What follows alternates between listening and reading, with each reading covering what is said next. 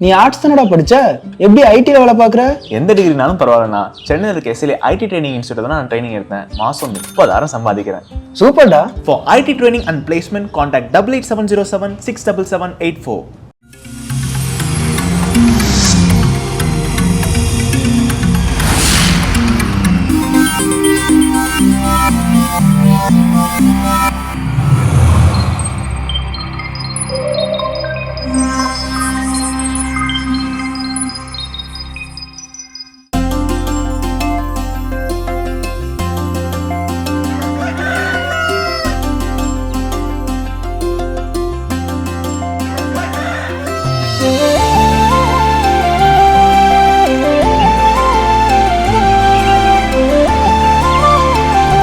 மாதா தொலைக்காட்சி அன்பு உள்ளங்கள் அனைவருக்கும் புனித தோமையாரின் திருவிழா நாள் வாழ்த்துக்கள். வணக்கம் கல்பனா, எப்படி இருக்கிறீங்க? நலமா இருக்கேன், நீங்க எப்படி இருக்கீங்க? எல்லா நாள் போல இன்றைய நாளும் ரொம்ப ரொம்ப மகிழ்ச்சி, உற்சாகம். எஸ், பார்த்து கொண்டிருக்கும் இறை மக்கள் எல்லாருக்குமே ஹாப்பி ஃபீஸ்ட் நம்ம சொல்லலாம். கண்டிப்பா யாரெல்லாம் தோமா, தாமஸ் அப்படிலாம் பேர் வச்சிருக்காங்களோ அவங்களுக்கு வாழ்த்துக்கள். அது மட்டும் இல்லாம இன்னைக்கு நம்முடைய சாந்தோம் கலை தொடர்பு நிலையத்தினுடைய திருநாம விழா இன்னைக்கு நாமளும் என்ன பண்ணிட்டு இருக்கோம், கொண்டாடிட்டு இருக்கோம். ஸோ ஹாப்பி ஃபீஸ்ட் உங்களுக்கும் ஹாப்பி ஃபீஸ்ட். ஸோ இந்த ஒரு அற்புதமான நாளோடவே நம்ம கதைக்குள்ள போயிடலாம். கண்டிப்பா. ஒரு பேராசிரியரை ஒரு 4 மாணவர்கள், அதாவது ஓல்டு ஸ்டூடெண்ட் மீட் பண்றதுக்கான ஒரு தருணம் ஒண்ணு கிடைக்குது. போற போக்குல பாக்குறாங்க. பார்த்துட்டு எப்பவுமே டீச்சர்ஸ் பார்த்தாங்க அப்படின்னா நம்மள என்ன கேட்பாங்க, எப்படிதான் இருக்க, இப்ப என்ன மாதிரி ஒரு ஸ்டேஜ்ல இருக்கேன்னு கேட்பாங்க. அந்த மாதிரி அந்த பேராசிரியரும் கேட்டாரு. உடனே அவங்க சொன்ன விஷயம் என்னன்னா, ஓகே சார், நல்லா இருக்கும், நல்ல ஒரு பொசிஷன்ல இருக்கும், இருந்தாலும் ஒரு மாதிரி ப்ரெஸ்டேஷன், ஸ்ட்ரெஸ், வேலை பளு இதெல்லாம் அதிகமா இருக்கு சார், என்ன பண்றதுன்னே தெரியல அப்படின்னு சொல்லிட்டு புலம்புறாங்க. வீடு பக்கம் தான்ப்பா இருக்கு, வந்துட்டு போறீங்களா அப்படின்னு சொல்லிட்டு அந்த 4 பேரையும் கூப்பிடுறாங்க. கூட்டிட்டு போயிட்டு சரி ஒரு சின்ன காஃபி போடலாமேட்டு காஃபி போடுறாரு. காஃபி போட்டுட்டு கையோடவே பாத்தீங்கன்னா ஒரு 4 கப்பு கொண்டு வந்து மேடை மேல வைக்கிறாரு. வச்சுன்னு டேபிள் வச்சுன்னு பாத்தீங்கன்னா, என்னங்க சார் ஒண்ணுன்னா, இல்லப்பா யாருக்கு காஃபி வேணுமோ ஊத்திக்கோங்க, இதுல கண்ணாடி கப்பும் இருக்கு, பிளாஸ்டிக் கப்பும் இருக்கு, விலை உயர்ந்த கப்பும் இருக்கு, யாருக்கு எந்த கப்பு வேணுமோ ஊத்தி குடிச்சுக்கோங்க அப்படின்னு. உடனே 4 பேருக்குமே சண்டை. அந்த விலை உயர்ந்த கப்ல தான் காஃபி குடிக்கணும் அப்படின்னு சொல்லிட்டு காஃபி குடிக்கப்போ அந்த சண்டை போட்டுட்டு இருக்கப்பவே பேராசிரியர் என்ன பண்ணாருன்னா சிரிச்சாரு. இப்ப தெரியுது உங்களுடைய நிலை ஏன் இப்படி இருக்கு அப்படின்ட்டுன்னு. ஒண்ணுமே இல்லை, காஃபி இன்னும் நிம்மதியை நீங்க விட்டுட்டு கப்பு அப்படின்னு பணம், புகழ் இதுக்காக நீங்க அலைஞ்சிட்டு இருக்கிறதால தான் உங்களுடைய மன நிம்மதி கெட்டு போய் வாழ்ந்துட்டு இருக்கீங்க அப்படின்னு சொல்லிட்டு அந்த இடத்துலயும் ஒரு பாடத்தை சொல்லி கொடுக்குறாரு. நம்முடைய வாழ்க்கையிலும் இதை தான் நம்ம செஞ்சுட்டு இருக்கோம். மற்றவர்களோட ஒப்பிட்டு பார்த்து பார்த்து நமக்கான நிம்மதியான வாழ்க்கையை தொலைத்து கொண்டிருக்கின்றோம். அதை முற்றிலும் தவறு அப்படின்ற உணர்த்துக்குரிய கதை தான் இந்த கதை.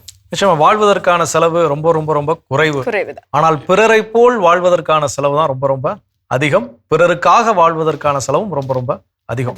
நம்ம இன்னைக்கு நமக்காக வாழ்றோம் அப்படின்னு கேட்டா பக்கத்து வீட்டுக்காரர் என்ன நினைப்பான், எழுத்து வீட்டுக்காரர் நினைப்பான், என்னுடைய பத்தி எல்லாரும் மத்தவங்க என்ன நினைப்பாங்க, பிரஸ்டேஜ் என்ன ஆகுறது, இப்படி பிறருக்காகவே நம்ம என்ன பண்ணிருக்கோம், பல நேரங்களில் வாழ்ந்து கொண்டிருக்கோம். ஸோ இங்க என்ன கப்பு அப்படிங்கிறது முக்கியம் இல்ல, கப்புக்குள்ள இருக்கக்கூடிய காஃபி தான் ரொம்ப ரொம்ப முக்கியம்.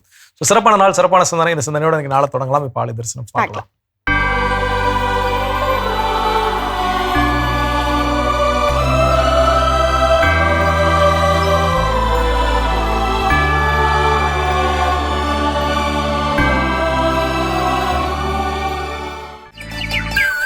ஒரு கூட்டில் உருவாகும் சிறு பறவையாகவே திசையாகும் சிறகாகும் இறையேசு பாடலே. ஒரு கூட்டில் உருவாகும் சிறு பறவையாகவே திசையாகும் சிறகாகும் இறையேசு பாடலே. அடை காக்கும் அரியன்னை இளங்கன்னி மாமரி, அடை காக்கும் அரியன்னை இளங்கன்னி மாமரி, அருள் தாங்கும் நிழலாக எழில் சூசை மாமுனி. திருக்குடும்பம் திருக்குடும்பம் உறவு தந்தது, திருமகனாய் திருமகனாய் சிறகு தந்தது. திருக்குடும்பம் திருக்குடும்பம் உறவு தந்தது, திருமகனாய் திருமகனாய் சிறகு தந்தது.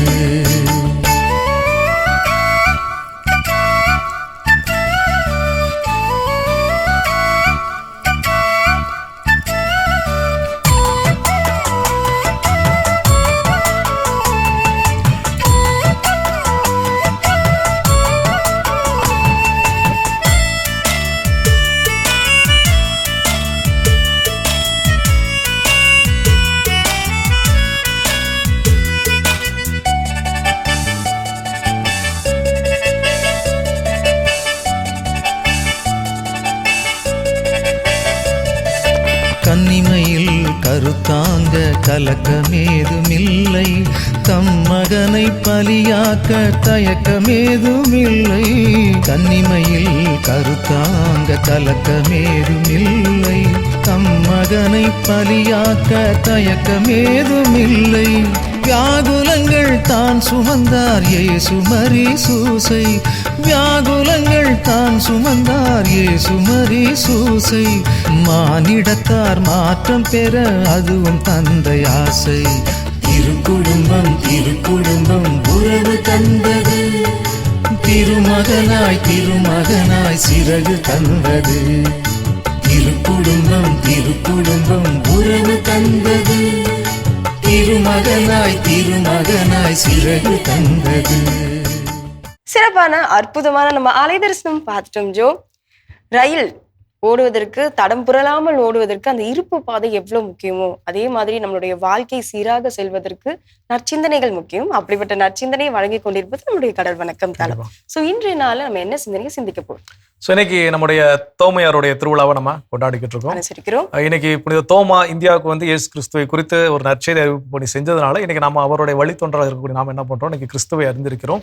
கிறிஸ்துவை பின்பற்றக்கூடிய கிறிஸ்தவ மக்களா என்ன பண்றோம், வாழ்ந்துட்டு இருக்கோம். ஸோ இன்னைக்கு அப்போ நம்ம கிறிஸ்துவை அறிந்திருப்பதற்கு மிக முக்கிய காரணம், மூல காரணம் யார் அப்படின்னு பார்த்தீங்கன்னா புனித தோமா. ஸோ இன்னைக்கு தோமாவுடைய திருவிழால அவரிடமிருந்து நாம் கற்றுக்கொள்ள வேண்டிய வாழ்க்கை பாடங்கள் நிறைய இருக்குது.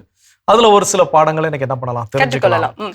இப்போ ஒரு சொல்லாடல் சொல்லுவாங்க, கேள்வி கேட்பவன் கேள்வி கேட்கும் அத்தருணத்தில் மட்டும் முட்டாளாக இருக்கிறான், ஆனால் கேள்வி கேட்டு அதற்கான தெளிவை பெற்ற பிறகு அவன் என்ன பண்ணிருந்தான், அறிவாளியா மாறிடுறான். ஏன்னா தெரியாதவன் என்ன பண்ணிக்கிறான், தெரிஞ்சுக்கிறான். ஆனா அந்த கேள்வியே கேட்காம அப்படியே எல்லாம் தெரிஞ்சிருச்சு. இந்த கிளாஸ்ல வந்து பாடம் எடுத்துட்டு டீச்சர்ஸ் கேட்பாங்க, எல்லாம் புரிஞ்சிருச்சா உங்களுக்கு அப்படின்னா, எல்லாம் புரிஞ்சிருச்சுங்கிற மாதிரி என்ன பண்ணுவாங்க, மண்டையாட்டுவாங்க. ஆனா உள்ளுக்குள்ள சந்தேகங்கள் எல்லாம் இருந்தாலும் கூட அதை என்ன பண்ண மாட்டாங்க, கேள்விகளாக கேட்கவே மாட்டாங்க. இப்ப தோமா வாழ்க்கையில இருந்து கத்துக்க வேண்டிய விஷயம், கேள்வி கேட்கறது அப்படிங்கிறது என்னைக்கும் தப்பு கிடையவே கிடையாது. ஸோ அவர் ஒரு விஷயத்தை கேள்வி கேட்டு அதன் விடையா கிடைக்கக்கூடிய விடையை வைத்து தன்னைத்தானே என்ன பண்ணிக்கிறாரு, தெரியாத ஒரு விஷயத்தை என்ன பண்ணிக்கிறாரு, தெரிஞ்சுக்கிறாரு. இன்னைக்கு கேள்வி கேட்டாதான் தெரியாத விஷயத்தை என்ன பண்ண முடியும், தெரிந்து கொள்ள முடியும். எனக்கு எல்லாம் தெரிஞ்சிருச்சு அப்படிங்கிற மாதிரியான ஒரு ஆக்டிங்ல நம்ம லைஃபை கொண்டு போயிட்டு இருந்தோம் அப்படின்னா, அதான் சொல்லுவாங்க, ஒரிஜினல் குயில் வர்ற வரைக்கும் காக்கா கரைகிறது தான் குயில் போல என்ன ஆகும் தெரியும். ஆனா அந்த வசந்த காலம் வருகின்ற பொழுது குயில்கள் கூவுகின்ற பொழுது, இது காக்காடா, இதாண்டா குயில் அப்படின்னு சொல்லி என்ன பண்ணும், வெளியே இருக்கிறவங்களுக்கு தெரிய வரும். ஸோ அப்போ அந்த வகையில் கேள்வி கேட்பது ஒன்றும் தவறு இல்லை. கேள்வி கேட்பதனால் நம்ம அறிவை நம்மால் பெருக்கிக் கொள்ள முடியும் அப்படிங்கிறத புனித தோமா கிட்ட இருந்து கற்றுக்கொள்ளலாம். இன்னும் தொடர்ந்து இப்ப அடுத்த பகுதி பார்க்கலாம்.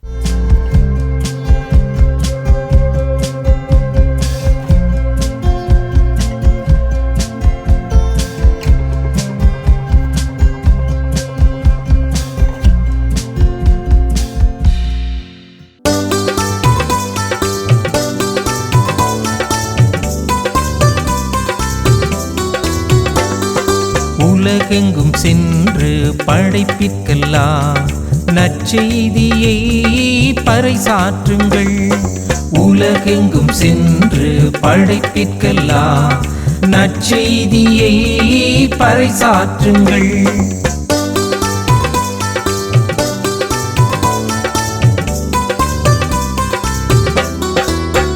பிற இனத்தாரே நீங்கள் அனைவரும் ஆண்டவரை போற்றுங்கள்.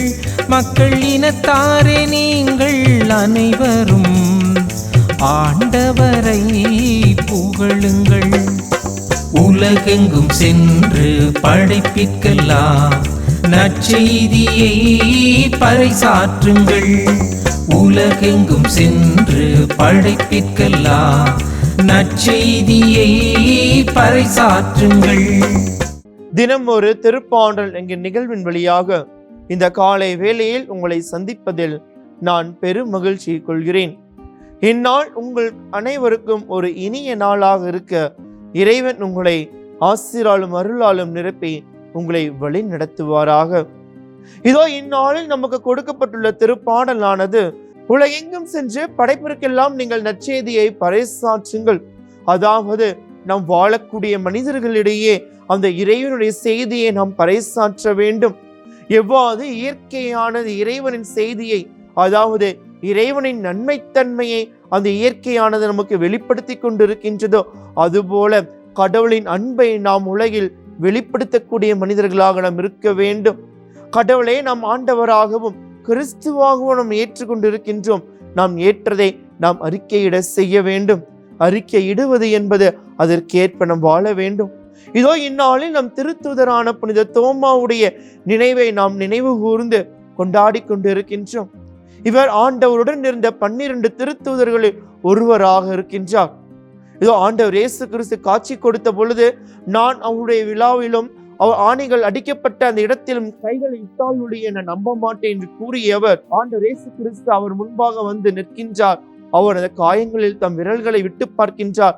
விட்ட உடனே அவர் ஆண்டவர் மீது வைத்த அந்த நம்பிக்கையை அறிக்கையிடுகின்றார். அந்த நம்பிக்கையை நிமித்தம் அவர் இந்திய நாட்டிற்கு அந்த நற்செய்தியை பணியை அறிவிக்க வருகின்றார். கிறிஸ்துவம் என்பதே யார் என்பதை அறியாத மக்களுக்கு அந்த கிறிஸ்துவ என்கின்ற விதையை நாம் விதைக்கின்றார். அவர் வழியாக இதோ இந்நாளில் நீங்களும் நானும் கிறிஸ்துவை அறிந்த மனிதர்களாக இருக்கின்றோம். உண்மை கடவுள் யார் என்பதை தெரிந்த மனிதர்களாக இருக்கின்றோம். இன்னும் சொல்ல போனால் கடவுளின் பிள்ளைகள் என்ற நிலைக்கு நாம் உயர்த்தப்பட்டு இருக்கின்றோம். இது அவர் செய்த ஒரு செயல். அவர் ஆண்டவர் மீது வைத்த நம்பிக்கையை வெறுமனை தனக்குள்ளாக மட்டும் வைத்து விடாமல் அந்த நம்பிக்கையை மனிதர்கள் அனைவருக்கும் தெரிய வேண்டும். நான் அறிந்த தெய்வத்தை பிறரும் அறிந்து கொள்ள வேண்டும். நான் கண்ட தெய்வத்தை பிறரும் கண்டுகொள்ள வேண்டும், தெரிந்து கொள்ள வேண்டும் என்பதற்காக அந்த கிறிஸ்துவை நம்மிடையே கொண்டு வருகின்றார். எனவே இந்நாளில் நாம் சிந்தித்து பார்ப்போம். நாம் செய்யக்கூடிய செயல்களில் நம்முடைய வாழ்விலும் இறை விருப்பத்திற்கு ஏற்ப நாம் வாழ்ந்து கொண்டிருக்கின்றோமா? இறை விருப்பத்திற்கு ஏற்ப வாழுகின்ற போது அத்தகைய வாழ்வானது நமக்கு ஒரு நிறை ஆசிரியை தரக்கூடியதாக இருக்கின்றது, ஆசிரியை பெற்று தருவதாக இருக்கின்றது. அத்தகைய ஆசை நமக்கு நிறை மகிழ்ச்சியும் நிறை வாழ்வினையும் பெற்றுத்தரும். எனவே இந்நாள் முதல் நாம் கிறிஸ்துவை பிரதிபலிக்கக்கூடிய மனிதர்களாக இருப்போம். நம்முடைய செயல்களிலும் சொல்லாலும் சிந்தனையாலும் அந்த கிறிஸ்துவை பிறருக்கு எடுத்து கூறுவோம்.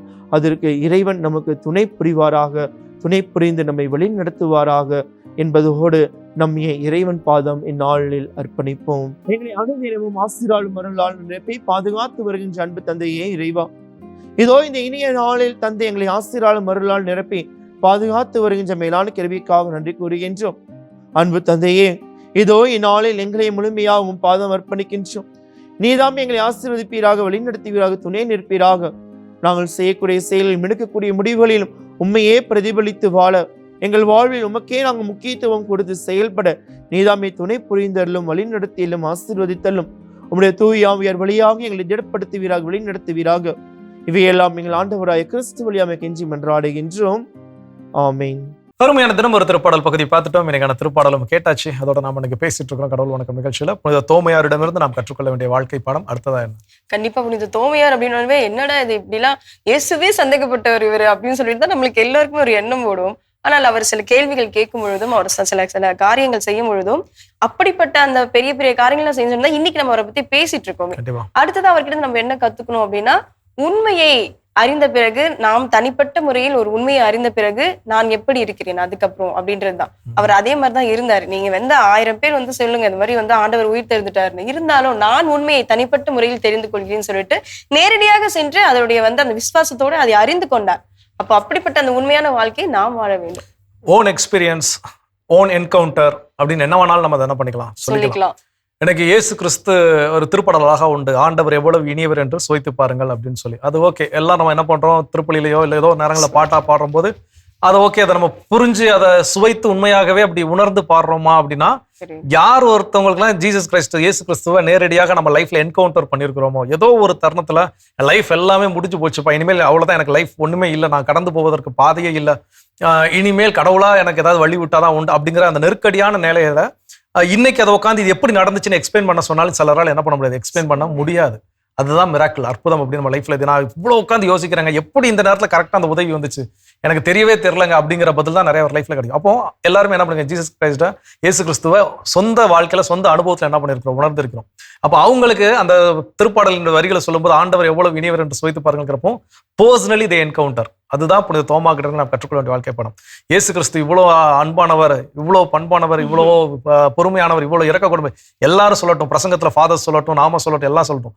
எவன் ஒருவன் தனிப்பட்ட ஒரு வாழ்க்கையில அதை உணர்கிறானோ அவன் கொடுக்கக்கூடிய டெஃபினிஷன், அவன் கொடுக்கக்கூடிய டெஸ்கிரிப்ஷன்ஸ் அது அவனுக்கு லைஃப்ல வேற யாருமே அதுக்கு ஒரு எக்ஸ்பிளனேஷன் கொடுக்கறதுக்கு ஈடாகவே ஆகாது. அந்த ஒரு விஷயம் தான் நம்ம புனித தோமாவிடம் கற்றுக்கொள்ள வேண்டும். எல்லாரும் சொல்லட்டும், எல்லாரும் இது உண்மை, இது அப்படி இப்படின்னு எல்லாம் சொல்லட்டும், ஆனா தனிப்பட்ட விதத்தில் நான் தேடி கண்டறிதல் அப்படின்னு ஒண்ணு இருக்குது. சோ அந்த தனிப்பட்ட விதத்தில் தேடி கண்டறிவதை அவரிடமிருந்து நாம் கற்றுக்கொள்கிறோம். தொடர்ந்து பேசலாம். இப்ப அடுத்த பகுதி பார்க்கலாம்.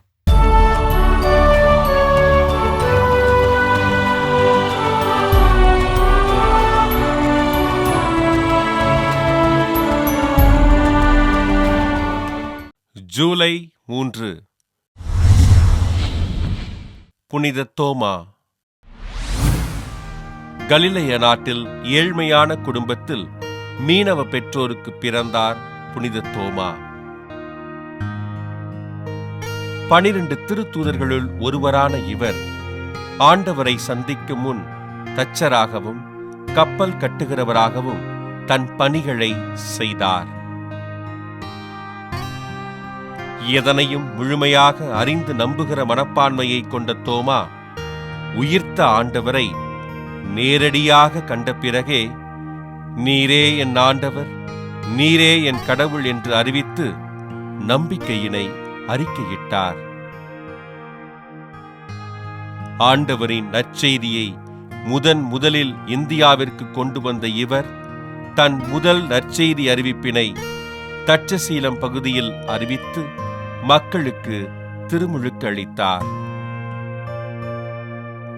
செகோட்டிரா தீவிற்கு சென்று சில காலம் மறைபணியாற்றிய தோமையார் கிபி 52ஆம் ஆண்டு நவம்பர் மாதம் 23ஆம் நாள் சேர நாட்டின் மலபார் பகுதியை வந்தடைந்து இறை பணியினை மேற்கொண்டார். மலபார் பகுதியில் பள்ளூர், முசிறிஸ், பரூர், கோட்டமங்கலம், காயல், நிர்ணம் மற்றும் கொல்லம் போன்ற இடங்களிலும் அதனை சுற்றியுள்ள பகுதிகளிலும் ஆண்டவரின் நற்செய்தியை அறிவித்து 2 ஆயர்களையும் குருக்களையும் நியமனம் செய்தார். கிபி 65ஆம் ஆண்டு கொரமண்டல் என்றழைக்கப்பட்ட சென்னை மயிலாப்பூர் பகுதிக்கு வருகை தந்து இறை பணிகளை செய்த தோமையார் கிபி 72ஆம் ஆண்டு ஜூலை மாதம் 3ஆம் நாளன்று பெரியமலை என்றழைக்கப்பட்ட இன்றைய தோமையார் மலையில் கொலை செய்யப்பட்டு இறைப்பதம் சேர்ந்தார். கொலை செய்யப்பட்ட புனித தோமாவின் உடலானது அன்றைய மயிலாப்பூர் அரசன் மகாதேவன் அனுமதி பெற்று தற்போது சாந்தோம் பேராலயம் அமைந்திருக்கிற இடத்தில் அடக்கம் செய்யப்பட்டது. திருத்தூதர் புனித தோமாவின் பெருவிழாவினை கொண்டாடுகின்ற நாம் எதனையும் ஆய்ந்தறிந்து தெளிவான பார்வையோடு அணுக உறுதியேற்போம். சிறப்பான இன்றைய புனித தோமையார் அவர்களை பற்றி நாம் தெரிந்து கொண்டோம். ஆழமான ஒரு பகுதி அப்படின்னு சொல்லலாம். அவரை பற்றி இன்னும் ஆழமாக தெரிந்து கொள்வதற்கு ஒரு அற்புதமான தளம் அமைந்திருக்கு அப்படின்னு சொல்லலாம். அடுத்ததாக அவர்கிட்ட நம்ம என்ன பாடங்களை கற்றுக்கொள்ளலாம்? அடுத்ததான் என்னன்னா, தோமையார் அப்படின்னாலே எப்பவுமே சொல்லக்கூடிய விஷயம் என்ன அப்படின்னு பாத்தீங்கன்னா, தோமையாருடைய ஐயம். அவர் ஒரு சந்தேக பேர் வழி சந்தேகப்பட்டுக்கிட்டே என்ன பண்ணாரு இருந்தாரு. சோ இந்த சந்தேகம், ஐயம் அப்படிங்கிறது விசுவாசத்தினுடைய முடிவு. அதோட விசுவாசம் முடிஞ்சிருச்சு, அவ்வளவுதான். நான் ஒருத்தர் நம்பினேன், எனக்கு அவர் மேல சந்தேகம் ஆகி போச்சு, அதனால என்னுடைய நம்பிக்கை என்ன ஆயிடுச்சு, முடிஞ்சு போச்சு அப்படின்னு கிடையாது. சோ இது ஒரு தனிப்பட்ட விதத்துல நான் எப்படி பாக்குறேன் அப்படின்னா, இன்னைக்கு எல்லாரும் இயேசு கிறிஸ்து உயிர் தெழுந்ததை பேதுரு பார்த்துட்டாரு, மகதலேனா மரியா பார்த்துட்டாங்க, மற்ற சில சீடர்கள் என்ன பண்ணிட்டாங்க பார்த்துட்டாங்க. தோமா என்ன பண்ணல, பார்க்கல. அப்ப எனக்கு அவர் என்ன பண்ணணும், பார்க்கணும். அப்ப நான் பார்க்கணும்னா அவர் என்ன பண்ணணும்னா வர வைக்கணும். அப்ப வர வைக்கணும்னா என்ன சொன்னா அவரு வருவாரு. நான் அவரை கண்ணால காணாத வரைக்கும் நீ சொல்றலாம் என்ன பண்ண மாட்டேன், நம்ப மாட்டேன். நான் கண்டு அது மட்டும் இல்ல, என்ன சொல்ல, நான் அவருடைய விழால நான் என்னோட விரலை இட்டு பார்க்கணும், இட்டு பார்த்தா என்ன பண்ண நம்புவேன். இன்னைக்கு நம்ம ஒரு புகைப்படம் நிறைய இடங்கள்ல நம்ம பார்க்கிறோம். அதாவது தோமா இயேசுனுடைய விழாவில அந்த விரலை உள்ள விட்டு பார்த்த மாதிரி. ஆக்சுவலாக விவிலியத்தில் வந்து என்ன அப்படின்னா, இயேசு கிறிஸ்துக்கு வந்து அவருக்கு காட்சி கொடுத்து நான் தான்ப்பா இயேசு கிறிஸ்து உயிர் தெழுந்துட்டேன், நீ தான் இந்த விழாவில் வரல விட்டு பார்க்கணும்னு சொன்னி அந்த பாரு இதான் என் விழா அப்படின்னு சொல்லி காட்டும்போது என் ஆண்டவரே என் தேவனே என்ன பண்றாரு, கீழே சரணடைஞ்சிட்டாரு. எனக்கு தேவை சந்தேகம் கிடையாது, நீங்க இன்னும் உயிர் தெழலாம் நான் என்ன பண்ண நம்பாமலாம் இல்ல, எனக்கு உயிர் தெழுந்த உங்களை என்ன பண்ணணும் பார்க்க வேண்டும். ஸோ அதுதான். அப்போ இன்னைக்கு நாம் பல நேரங்கள்ல இயேசு கிறிஸ்துவ நமக்கும் இதே ஐயப்பாடுகள் வரதான் செய்யுது. நம்ம இல்லைன்னா நம்ம சொல்லவே, நான் முழுமையாக நான் இயேசு கிறிஸ்துவை நம்புகிறேன், நான் 100% நம்புகிறேன், யாராலையும் என்ன பண்ண முடியாது, சொல்ல முடியாது. ஏதோ ஒரு சில நேரங்களில் நம்ம என்ன பண்றோம், அவர் மேல ஒரு அவநம்பிக்கையை நம்ம கொண்டு இருக்கத்தான் செய்கிறோம், ஏதோ ஒரு சந்தேகங்கள் நமக்குள்ள இருக்கத்தான் செய்கிறது. அதற்காக இந்த சந்தேகம் வந்துருச்சு, இனிமேல் நாங்கள் இயேசு கிறிஸ்துவை நம்பவே முடியாது, அவர் என்னை நம்ப மாட்டாருலாம் கிடையவே கிடையாது. பிரிச்சு பார்க்கவே முடியாது. ஏன்னா அவரை என்கவுண்டர் பண்றதுக்கு அது ஒரு வழி. அப்போ அந்த ஒரு ஐயமோ அந்த ஒரு சந்தேகமோ நான் அதுல இருந்து தெளிவு பெற்று நான் மீண்டும் அவரோடு இணைந்து செல்வதற்கு தோமாவை போல என்ன பெரிய பலமாக பயன்படுத்த வேண்டும். சிறப்பு ஜெபம். இன்னும் தொடர்ந்து பேசலாம். இப்ப அடுத்த பகுதி பார்க்கலாம்.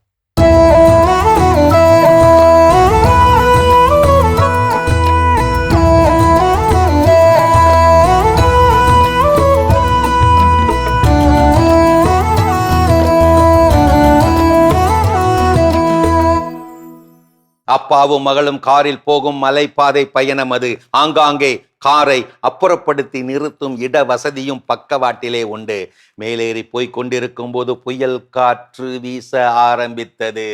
காரோட்டி கொண்டிருந்த மகள் கேட்டால், அப்பா புயல் காற்று ஆரம்பமாகிவிட்டது, காரை அப்புறம் நிறுத்தலாமா, அப்புறப்படுத்தி நிறுத்தலாமா? அப்பா சொன்னார், வேண்டாம், தொடர்ந்து போ. காற்றை கிழித்து கொண்டு போய் கொண்டிருந்த போது பல கார்கள் ஆங்காங்கே நிறுத்தி காத்திருப்பது கண்டு மேலும் கேட்டாள் மகள், இப்போதாவது பக்கவாட்டிலே காரை நிறுத்தி வைத்துக் கொள்ளலாமா, காத்திருக்கலாமா? அப்பா சொன்னார், வேண்டாம், தொடர்ந்து போ. சிரமத்தோடு போகும்போது 18 சக்கர சரக்கு கனரக லாரி ஒன்று பக்கவாட்டிலே நிறுத்தி வைத்திருப்பதை கண்டும் புயல் வேகம் கூடியிருப்பது கண்டும் மகள் கேட்டால், அப்பா இதுக்கு மேல ரிஸ்க், நிறுத்தலாமா? அப்பா சொன்னார், வேண்டாம், முனைந்து போ, முன்னேறி போ. முனைந்து காரை ஓட்டி சென்ற போது புயலின் வேகம் மணலோடு சுற்றி சுழற்றி அடித்து கொடூரமாகி கொண்டிருக்க, இப்போதாவது காரை நிறுத்தலாமா என்று மகள் கேட்க, வேண்டாம், நிறுத்தாதே, தொடர்ந்து முன்னேறி கொண்டு போ. தொடர்ந்து முன்னேறி காரை மகள் ஓட்டிய போது கொஞ்ச நேரத்திலே புயல் மெல்ல மெல்ல குறைய ஆரம்பித்தது. கொஞ்சம் கொஞ்சமாக சாலை தெளிவாக தெரிய ஆரம்பித்தது. இப்போது சீராக ஓடிக்கொண்டிருந்தது கார். அப்பா சொன்னார், இப்போது காரை அப்புறமாய் நிறுத்து, அப்புறப்படுத்தி நிறுத்து. நிறுத்த வேண்டிய இடத்தில் நிறுத்த வேண்டிய நேரத்தில் நிறுத்தாமல் ஏனப்பா இப்பொழுது நிறுத்த வேண்டும்? முனகியபடியே காரை அப்புறப்படுத்தி நிறுத்தினாள் மகள். இருவரும் இறங்கியவுடன் அப்பா சொன்னார், பின்னால் திரும்பி பார், அதோ மலைப்பாதையில் நிறுத்தப்பட்டிருக்கும் அத்தனை வாகனங்களும் இன்னும் புயல் காற்றுக்குள் கிடப்பதை பார். நீ தொடர்ந்து முன்னேறி முனைந்தாய், புயலை கடந்தாய். பயண புயல் பாதையில் கனரக வாகனமே கைவிட்டு நின்று விட்டாலும் கலக்கத்தை கைவிடு, கலங்காமல் முன்னேறு. முன்னேறுபவருக்கு முன்னே முனைந்து இருப்பார் கடவுள். எத்தனை புயல்களை நீ சமாளித்து கடந்தாய் என்பதை பற்றி உலகத்திற்கு கவலை இல்லை. கப்பலை கவனமாக கரை சேர்த்தாயா என்பது மட்டுமே அவர்களுக்கு கவலை. கடந்து வந்த பாதைகளை தவறாக பார்க்காமல் பாடமாக பார்த்தால் நடக்கவிருக்கும் பாதை அற்புதமாக மாறும். கோபத்தில் காக்கப்படும் அமைதி புயலுக்கும் முன் வரும் அமைதியை விட வலியது. கோபமும் புயலும் ஒரே மாதிரிதான். அடங்கிய பிறகுதான் தெரியும் அடைந்த இழப்புகள் எவ்வளவு என்று. கஷ்டப்படாமல் பயணித்தேன் என்பதை விட கஷ்டப்படுத்தாமல் பயணித்தேன் என்பதில் தானே பெருமை. ஆலமரம் புளிய மரம் புயல் வேகத்தை குறைக்கும், அரச மரம் அதிக ஆக்சிஜனை உற்பத்தி செய்யும், வேப்ப மரம் விஷக்காற்றை முறிக்கும், பனை மரம் நிலத்தடி நீரை பாதுகாக்கும், மனித இனம் இவற்றையெல்லாம் வெட்டும், அழிக்கும். கடந்து போன பயண பாதை நிமிடங்களை விலைக்கு வாங்கி அனுபவிக்க முடிகின்ற அளவுக்கு இந்த உலகில் யாரும் பணக்காரர் கிடையாது. முன்னேறும் சந்தர்ப்பங்கள் தாமாக வருவதில்லை, அவை உருவாக்கப்படுகின்றன. நெருப்பு தங்கத்தை புடமிடுகிறது, புயல் பூமியை புடமிடுகிறது, துன்பம் உன்னை புடமிடுகிறது. நினைவிருக்கட்டும் கதைகள் 1000 கண்மணிகளே, இந்த அவசரகதி ஆர்டிபிஷியல் இன்டெலிஜென்ஸ் பயண பாதையில் ஆணையிட்டு வழி நடத்த ஆண்டவரும் தேவை, மறவாதை. அருமையான கதைகள் 1000 பகுதி பார்த்துட்டோம். இன்னைக்கான கதை சிந்தனை கேட்டாச்சு. அதோட நம்ம இன்னைக்கு பேசிட்டு இருக்கிறோம் கடவுள் வணக்கம் நிகழ்ச்சியில. புனித தோமையாரின் திருவிழாவில் அவரிடமிருந்து நாம் கற்றுக்கொள்ள வேண்டிய வாழ்க்கை பாடம் அடுத்தது என்ன சொல்றோம்? நம்ம வாழ்க்கையில எவ்வளோ பிரச்சனைகள், எவ்வளோ சூழ்நிலைகள்லாம் தடுமாறி போய் நம்ம எப்படி அந்த தைரியத்தையே இழந்து போகிற ஒரு நிலைமை இருக்கும்ல. ஆனா இவர்கிட்ட இருந்து பாத்தீங்கன்னா அந்த மாதிரி ஒரு கடினமான சூழல்லையும் தைரியமா இருக்க முடியும் அப்படின்றத நம்ம இவர்கிட்ட இருந்து கத்துக்கலாம். ஆண்டவர் இயேசு கிறிஸ்து வந்து பாத்தீங்கன்னா எருசலேம்ல வந்து கல்லால் எறியப்பட்டு விரட்டி அடிக்கப்பட்டும் போயிட்டு, ஆனா அவர் என்ன சொன்னாரு, மறுபடியும் நம்ம எருசலேமுக்கு போகலாம் அப்படின்னு சொல்றப்போ தோமா யோசிக்காம வாங்க நம்ம ஒரு பின்னாடி செல்வோம், செத்தாலும் பரவாயில்ல அவர் கூட போய் செத்துருவோம் அப்படின்னு சொல்லிட்டு அவ்வளவு ஒரு தைரியமான அந்த கடினமான சூழலையும் எதிர்கொண்டு அந்த தைரியத்தை வர வைத்தார். சோ இப்படிப்பட்ட ஒரு அற்புதமான பாடத்தை இவர்கிட்ட நம்ம கத்துக்கலாம். நம்ம ஆனா இந்த லைஃப் யதார்த்தமா கத்துக்கிறோமா அப்படின்னு கேட்டா, லைஃப்ல நடந்த ஒரு இன்சிடென்ட், ஃப்ரெண்ட்ஸோட ஒரு டைம் வெளியே போயிருக்கிறப்போ இந்த பேய் வீடு இதெல்லாம் என்ன பண்ணிருப்பாங்க, போட்டிருப்பாங்க. அப்போ எனக்கு அதுல உள்ள போய் பாக்குறதுக்கு ரொம்ப பிடிக்கும். தீம் பார்க்குள்ளேயோ இல்ல ஏதோ ஒரு பொருட்காட்சி பர்பஸ் அந்த பேய் வீடு அப்படின்னு சொல்லி அந்த கோஸ்ட் ஹவுஸ் அப்படின்னு கூட்டு போவாங்க இல்லையா. ஸோ அப்போ உள்ள போனா ஏதாவது விசித்திரமான சத்தங்கள், அந்த பயமுறுத்தக்கூடிய அந்த ஓசை, இருட்டு, திடீர்னு யாராவது பயம் காட்டுவாங்க, பொம்மைகள்லாம் இருக்கும். நீங்க பயப்படுவீங்களா? இதெல்லாம் பார்க்கணும்னு ரொம்ப ஆசைப்படும். உள்ளெல்லாம் போயிட்டு வரும். அப்போ என் ஃப்ரெண்ட்ஸ் சிலர் கூப்பிட்டோன்னா சிலர் என்ன பண்ண மாட்டாங்க, ஐயோ நான் எங்கனாலும் வரேங்க, வரவே மாட்டேன் அப்படின்னு சொல்லிட்டாங்க. அப்போ ஃப்ரெண்ட்ஸ் இல்லாம போறதுக்கு போர் அடிக்கும். ஏன்னா தனியா போனா ஒரு பயம் இருக்கும். கூட 2 பேர் போனாங்கன்னா நம்ம பயத்துல கத்துறோமா இல்ல சந்தோஷத்துல கத்துறோமா என்ன தெரியாது. தனியா போனா சுவாரஸ்யம் இருக்காது, கும்பலா போனா நல்லா இருக்கும், பயம் இருக்குமா? சரி, எல்லாருக்கும் பயம் இருக்கத்தானே, இல்லைன்னா சொல்ல முடியாது. ஸோ அப்போ ஃப்ரெண்ட்ஸ் கூப்பிட்டு யாரும் வரல அப்படின்னோட சரி பக்கத்துல என்னன்னா மேங்க்ரோவ் ஃபாரஸ்ட் அப்படின்னு சொல்லி இன்னொன்னு இருந்துச்சு. ஐ திங்க் ஊட்டிலன்னு நினைக்கிறேன். அப்போ சரி நீ பேய் வீட்டுக்கு தான் எவனும் வர மாட்டேங்க, இது மேங்க்ரோவ் ஃபாரஸ்ட் காடு தானே, வாங்க உள்ள போவோம் அப்படின்ட்டு போயாச்சு. போனா அது அதை விட இது ரொம்ப ரண கொடூரமா இருந்துச்சு. போயிட்டு எல்லாம் வெளியே வந்துட்டு மேல் மூச்சு கீழ் மூச்சு வாங்கி இனிமேல் இந்த பக்கமே என்ன பண்ணக்கூடாடா போகும். ஸோ அப்போ நம்ம இயல்பாவே ஒரு சின்ன விஷயத்து கூட ஏதோ ஒரு அடிபட்டுட்டோம்னா திரும்ப அந்த பக்கம் என்ன பண்ணிடக்கூடாது, போயிடக்கூடாது அப்படிங்கிற ஒரு பயம் நமக்குள்ள இருக்குது.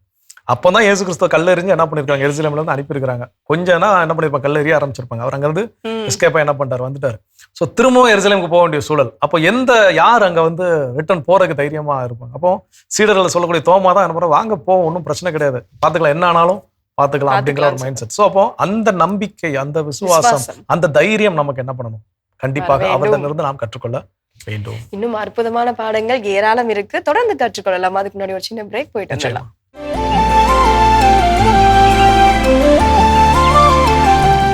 நிகழ்ச்சிக்குள் உங்களை மீண்டும் வரவேற்கிறோம். நீங்கள் பார்த்து கொண்டிருப்பது மாதா தொலைக்காட்சியின் கடவுள் வணக்கம். ஜோ, அடுத்ததாக புனித தோமையார் அவர்களிடமிருந்து நாம் கற்றுக்கொள்ள பாடங்கள் என்ன? அடுத்ததா புனித தோமையார் கிட்ட இருந்து நாம் கற்றுக்கொள்ள வேண்டிய முக்கியமான பாடம் என்ன அப்படின்னா, இந்த கடினமான போராட்டங்கள் எல்லாருக்குமே என்ன பண்ணும், இருக்கும். ஸோ அதுல தைரியமா இருக்கிறது அப்படிங்கறது ஒரு விஷயம் அவர்கிட்ட வந்து கற்றுக்கொள்ளணும். அப்படிங்கிறது போல எப்பெல்லாம் அவருக்குள்ள கன்ஃபியூஷன்ஸ், குழப்பங்கள் ஏற்படுகிறதோ, எப்பெல்லாம் அவருக்குள்ள டவுட்ஸ், ஐயங்கள் ஏற்படுகிறதோ, அப்பெல்லாம் என்ன பண்ணுவார்னா கேட்டு அதுக்கான தெளிவு என்ன பண்ணிக்குவார், பெற்றுக்கொள்வார். இன்னைக்கு அந்த கன்ஃபியூஷன்ல இருக்கிறதும் டவுட்ல இருக்கிறதுமே ஒரு போராட்டம் தான். இன்னைக்கு கணவன் மனைவி கேட்டல இந்த விஷயத்த கேட்கலாமா கேட்க வேணாமா, கன்ஃபியூஷன் இல்ல சந்தேகம், ஏதோ ஒண்ணு, இதை கேட்டா பிரச்சனை வருமா வராது. அப்போ இதுக்குள்ளே இந்த போராட்டத்துக்குள்ளே டிராவல் பண்ணிட்டு இருக்கிறப்ப நிம்மதியா இருக்க முடியுமான்னு கேட்டா நிம்மதியா இருக்க முடியாது. எல்லா விஷயத்துக்குமே ஐயம் அப்படிங்கிறது ஏற்படும்.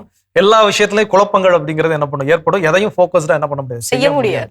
ஆனா இவரை பொறுத்த வரைக்கும் பாத்தீங்கன்னா சின்ன சின்ன விஷயம் திட்டினாலும் சரி, அவர் திட்டிக்கிட்டு ஆன்சர் பண்ணாலும் சரி, இல்ல அன்பா ஆன்சர் பண்ணாலும் சரி, எப்படி ஆன்சர் பண்ணா எனக்கு பரவாயில்ல, எனக்கு இந்த டவுட் இருக்குது நான் என்ன பண்ணிடுவேன், கேட்டுருவேன். எனக்கு இந்த கன்ஃபியூஷன் இருக்கு நான் என்ன பண்ணிடுவேன், கேட்டு அதற்கான தெளிவை நான் என்ன பண்ணிக்கிறேன். ஒருவேளை திரும்ப திரும்ப கேட்கறவனுக்கு எத்தனை தடவை சொல்ல அப்படின்னு ஒரு கோவப்பட்டு சொன்னாலும் சரி, இல்ல 1000 தடவை சொல்லும் போது கூட தடவை சொன்ன மாதிரி அன்பா சொன்னாலும் சரி, எனக்கு இருக்கிற டவுட்டை நான் கேட்டு கிளியர் பண்ணிக்கிறேங்கிறதுல அவர் ரொம்ப தெளிவா இருந்தார். அது போல நாமும் நம்மளுடைய வாழ்க்கையில இது இப்படி இருக்கும், அது அப்படி இருக்கும், நாமளே ஒரு அனுமானத்தில் நாமளே ஒரு யூகித்துக் கொண்டு வாழ்வதற்கு பதிலாக இது கன்ஃபியூஸ்டா இருக்குது, இது எனக்கு டவுட்டா இருக்குதுன்னா சம்பந்தப்பட்ட நபர்கிட்ட கேட்டு தெளிவை பெற்றுக் கொள்வதில் எந்த தப்பும் இல்லை. அதை இவர்கிட்ட இருந்து கற்றுக்கொள்ளலாம். ஒரு சிறப்பான புரிதல். இன்னும் தொடர்ந்து பேசுவோம். அடுத்த பகுதி பார்க்கலாம்.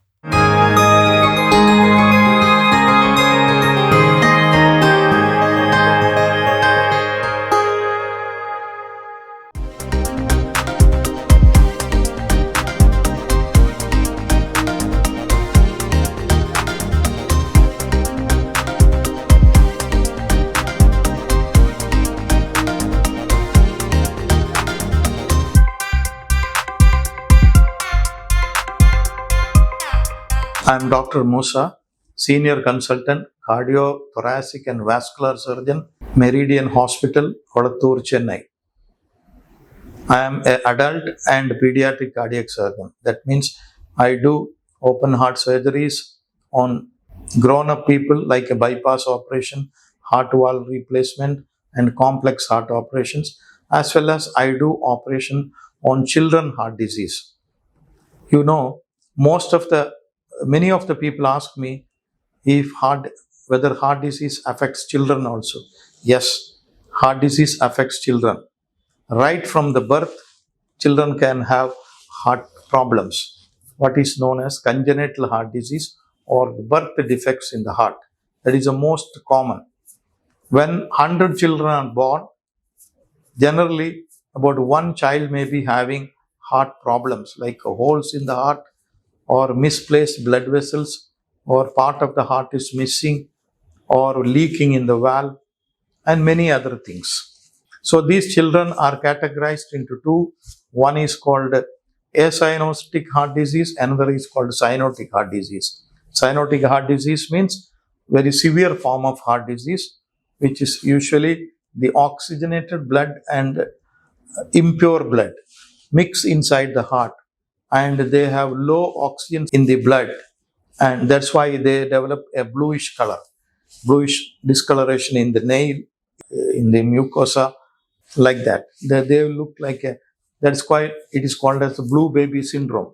They are the more complicated type of birth defects in the heart, which needs early surgery to correct that. The other one is called non-cyanotic, or they have normal color, so there won't be any mixing of the blood inside the heart, mixing of pure blood and impure blood, and these conditions can be cured most of the cases by doing heart operations and rectifying the problems like holes in the heart or in the valves. If it's leaking, how to repair the valve, and so many other methods. So the one important thing is children heart disease should be diagnosed at the earliest after birth, and proper treatment has to be given. If proper treatment has been given, most of them require open heart surgeries, and their life will be good and they can lead a normal life. அருமையான நலம் தரும் நேரம் பகுதி பார்த்துட்டோம். இன்னைக்கான மருத்துவ ஆலோசனை கேட்டு தெரிஞ்சுக்கிட்டோம். அதோட பேசிட்டு இருக்கிறோம். புனித தூமையாரின் திருவிழாவில் அவரிடமிருந்து கற்றுக்கொள்ள வேண்டிய வாழ்க்கை பாடம் அடுத்ததா என்ன? உண்மையை கண்டறிய வேண்டும் சொல்லிட்டு ரொம்ப ஆர்வத்தோட இருந்தாரு தோமையார் அப்படின்னு சொல்லலாம். அதே மாதிரி ஆண்டவராகிய இயேசு கிறிஸ்து காட்சி கொடுக்கும் பொழுது என்னை தொடு அப்படின்னு அவர் சொல்றப்போ, அப்பவே அவர் சொன்ன ஒரு அடுத்த வார்த்தை என்னன்னா, என் ஆண்டவரே, என் தேவனே அப்படி சொல்லிட்டு ஃபுல் சரண்டர். அந்த உண்மையை கண்டார். அங்கே ஒரு அடையாளத்தையும் அவர் பாடங்களாக கற்றுக்கொண்டார் அப்படின்னு சொல்லலாம். அதாவது இன்னைக்கு அந்த உண்மையை அடையாளம் காணுதல் அப்படின்னா, இயேசு கிறிஸ்து உயிர் தெழுந்துட்டாரா, அப்போ உயிர் தெழுந்தவர் நான் பார்த்தாதான் நான் நம்புவேன். ஓகே, அவர் வந்தாரு. இப்போ இன்கேஸ் நமக்குமே ஒரு டவுட், நம்ம இன்னைக்கு தோமாவோட இடத்துலயோ இல்ல அவருடைய சீடர்கள் ஒருத்தராவோ இல்ல அன்னைக்கு வாழ்ந்த மனிதர்கள் யாரோ ஒருத்தரவோ நம்ம இருந்தா இயேசு கிறிஸ்து உயிர் தெழுந்துட்டாருங்கிற செய்தி நமக்கு என்ன பண்றாங்க சொல்றாங்க. நான் நேர்ல பார்த்தாதான் நம்புவேன். அவரே நேர்ல வராரு. நம்ம என்ன சொல்லுவோம், பேய் பூதம் என்ன பண்ணிருப்போம், கத்தி ஆர்ப்பாட்டம் வேணா பண்ணிருப்போம். அந்த உண்மையை நம்ம அடையாளம் கண்டிருப்போமா அப்படின்னு கேட்டா கண்டிப்பாக ஒரு தெரியல, அது ஒரு பெரிய கேள்விக்குறிதான். ஸோ ஆனால் தோமா, ஓகே நீ என்னை தேடினியா, நான் பார்த்தா தான் நம்புவேன்னு சொன்னியா, வா அந்த வந்துட்டேன். ஆனால் நான் ஒரு விஷயம் நல்லா ஞாபகம் வச்சுக்கோ, கண்டு விசுவசிப்பவரை காட்டிலும் காணாமல் விசுவசிப்பவங்க தான் பேறு பெற்றவர்கள் அப்படின்னு சொல்ல பார்த்து, ஆகா இது நம்ம ஆண்டவர் தான்யா, அந்த உண்மையை கண்டார், அடையாளம் கண்டு கொண்டார். ஸோ இன்னைக்கு நம்ம கண்ணு முன்னாடி பல உண்மையான விஷயங்கள் நடக்கும் போதும் கூட இது உண்மை அப்படின்னு நமக்கு அடையாளம் காணுவது பெரிய கடினமாக ஒன்று இருக்குது. ஒருவேளை அப்படியே நமக்கு அடையாளம் கண்டு கொண்டாலும் கூட அந்த உண்மையை விட்டு என்ன பண்றோம், விலகி போறோம். இந்த உண்மையை நான் சொன்னேன் அப்படின்னா இது நாளைக்கு எனக்கு பிரச்சனை, என் குடும்பத்துக்கு பிரச்சனை, எதுக்கு இந்த உண்மையை போய் நான் பின்னாடி ஃபாலோ பண்ணிக்கிட்டு எனக்கு தேவையில்லாத பிரச்சனை உண்டு பண்ணணும்னு சொல்லி அதை கண்டும் காணாமல் தான் போயிடும். ஆனா அப்படி தோமா கிட்ட இருந்து உண்மையை தேடணும் உண்மையை கண்டுபிடிச்சிட்டோம் அப்படின்னா, அடையாளம் கண்டுக்கிட்டோம் அப்படின்னா அதை சிக்கனா என்ன பண்ணணும், பற்றிக்கொள்ள வேண்டும். தொடர்ந்து கற்றுக்கொள்வோம். இப்ப அடுத்த பகுதி பார்க்கலாம்.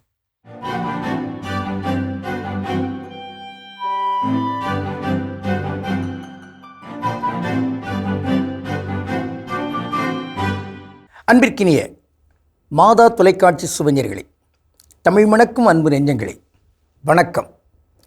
திரிகடுகத்தில் இணைந்திருக்கும் உங்கள் ஒவ்வொருவருக்கும் நன்றியின் வாழ்த்துகள். இன்று மீண்டும் திரிகடுகம் எண் 47 நாம் இருக்கின்றோம் என்று 3ஆம் கருத்தினை சொல்லி நிறைவு செய்கின்றோம்.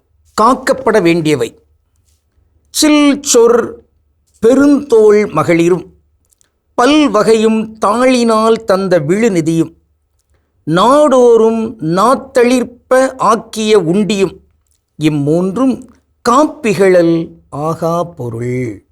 திரிகடுகம் 47. இந்த மூன்றும் பாதுகாக்கப்பட வேண்டும். எந்த மூன்றும்? சுருங்கச் சொல்லுகின்ற பெண், முயற்சினால் கிடைத்த அந்த வரவு, அந்த நிதி, விழு நிதி, இந்த இரண்டோடும் இங்கு நாவில் நீர் சுரக்கும்படி இருக்கின்ற அந்த சுவைமிகு உணவு, இவையெல்லாம் பாதுகாக்கப்பட வேண்டும். விருந்தோம்பலில் அந்த உணவின் சுவை, அறுசுவை, அவை மிக மிக முதன்மையானவை. அப்படிப்பட்ட அருஞ்சுவை உணவு பாதுகாக்கப்பட வேண்டும். அதனால் தானே என்னவோ உடன்படிக்கை பேழையில் இருக்கின்ற 3 பொருட்களுள் ஒன்று மன்னா. மன்னா என்பது இது என்ன என்று வியந்து பார்க்கின்ற ஓர் உணவு. அதுவும் சுவைமிகு உணவு போல் இருக்கிறது. நற்கருணை, அது சுவைமிகு உணவு நம் ஆன்மாவுக்கு. இந்த சுவைமிகு உணவெல்லாம் இங்கு பாதுகாக்கப்பட வேண்டும். ஏனென்றால் அதன் விளைவாக இங்கு விருந்தோம்பல் என்பது இயல்பாக நடக்க வேண்டும். நான் வள்ளுவர் சொல்வார், இருந்தோம்பி இல்வாழ்வதெல்லாம் விருந்தோம்பி வேளாண்மை செய்தற் பொருட்டு என்பார். இல்வாழ்க்கை வாழ்கிறவங்க இருக்கிறாங்களே, அவங்க எதற்காக இல்வாழ்க்கை வாழ்கிறாங்க? எதுக்காக திருமணம் முடிக்கிறாங்க? வேறு எதற்கும் அல்ல, விருந்தோம்பல் செய்து அங்கு தேவையான உதவிகளை செய்வதற்குத்தான் என்பது வள்ளுவருடைய கூற்றாக இருக்கிறது. வேளாண்மை என்றால் உதவி. எனவே அந்த உதவிகளெல்லாம் தலை சிறந்தது உழவு. எனவே தான் உழவுக்கு வேளாண்மை என்கிற பெயரும் அங்கு சூட்டப்பட்டிருக்கிறது. ஒன்றும் வீணாகாதபடி சேர்த்து வைக்க வேண்டும் என்று இயேசு அந்த 5000 பேருக்கும் மேற்பட்டவர்களுக்கு அப்பம் பலுகச் செய்து உணவு கொடுத்த பிறகு அவர் சொல்கிறார். என்னதான் 12 கூடைகளிலே அவர்கள் சேர்த்து வைக்கிறார்கள். நான் ஒரு முறை தாம்பரத்திற்கு வந்தேன். அங்கு தொடர்வண்டி நிலையத்தில் இறங்கி வந்து உணவு சாப்பிடுவதற்கு செல்கின்ற பொழுது அங்கே ஒரு உணவகத்திலே நண்பர்களெல்லாம் சென்றோம். அங்கே ஒரு திருக்குறள் பதிவு செய்யப்பட்டிருந்தது. பார்த்தவுடன் மகிழ்ச்சி.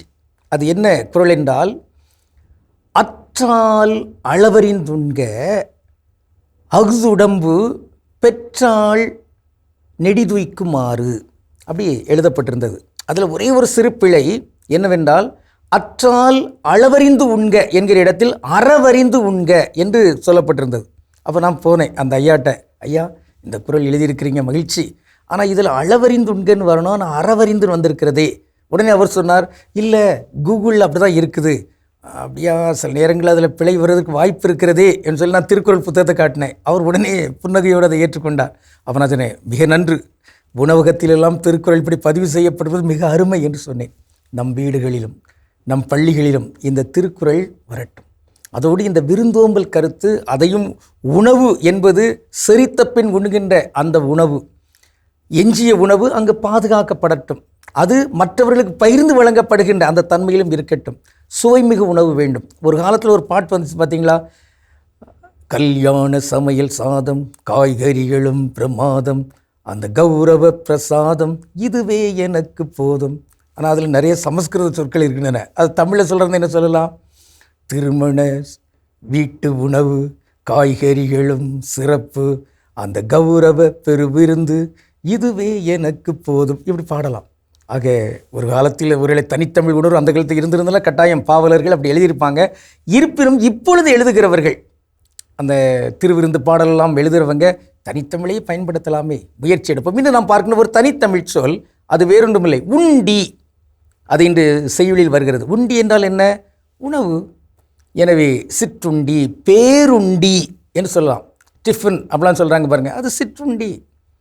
காலை உண்டி, நண்பகல் உண்டி, மதிய உணவு என்று சொல்ல வேண்டாம். மதியம் தமிழ் இல்லை, நண்பகல் அப்படின்னு சொல்லலாம். இப்படி இந்த உண்டி, உணவு என்கிற அந்த தமிழ் சொற்களை பயன்படுத்த முயற்சி எடுப்போம். எது எப்படியோ சுவைமிகு உணவு பாதுகாக்கப்பட வேண்டும். ஆக சுருங்கச் சொல்கின்ற பெண்கள், அவர்கள் இந்த மண்ணகத்தில் பெருக வேண்டும். உழைப்பினால் கிடைக்கின்ற வரவுகள் அது நிலைத்து நிற்க வேண்டும். அதோடு இங்கு நாம் உண்ணுகின்ற உணவு சுவைமிகு உணவு எல்லாருக்கும் பகிர்ந்து வழங்கப்படுவதற்கு பாதுகாக்கப்பட வேண்டும். கடவுளுக்கு திருவிழமானால் மீண்டும் நாளை திரிகடுகத்தில் இணைந்து மகிழ்வோம். நன்றி, வணக்கம். சிறப்பான திரிகடுகம் பகுதி நம்ம பார்த்துட்டோம் ஜோ. இன்றைய நாள் புனித தோமையார் அவர்களிடமிருந்து கற்றுக்கொள்ளும் பாடங்கள் அடுத்ததாக. ஸோ அடுத்ததாக புனித தோமையார்கிட்ட இருந்து நம்ம கற்றுக்கொள்ள வேண்டிய வாழ்க்கை பாடம் என்ன அப்படின்னு பார்த்தோம்னா, இது தோமையார்கிட்ட மட்டுமல்ல, இயேசுவினுடைய எல்லா சீடர்கள்ட்ட இருந்து நம்ம என்ன பண்ணலாம், கற்றுக்கொள்ளலாம். இயேசு கிறிஸ்துவ கைது செய்யப்பட்ட போது எல்லாரும் என்ன பண்ணாங்கன்னா திருச்சி ஓடிட்டாங்க. இங்கே இவரோட இருந்தால் நம்மளையும் கைது பண்ணி நம்மளையும் எதுவும் பிரச்சனைக்குள்ளாக்கிடுவாங்களோ அப்படின்னு சொல்லிட்டு எல்லாரும் அவங்க ஏதோ ஒரு திசையில் என்ன பண்ணிட்டாங்க, ஓடி போயாச்சு, ஒளிஞ்சாச்சு. திரும்ப அதுக்கப்புறம் அவரை சிலுவையில் அரைஞ்சிட்டாங்க. எல்லாம் தெரிஞ்சு அதுக்கப்புறம் எங்கேயோ கூடி 1-2 பேர் என்ன பண்ணாங்க, கூடி இருந்தாங்க.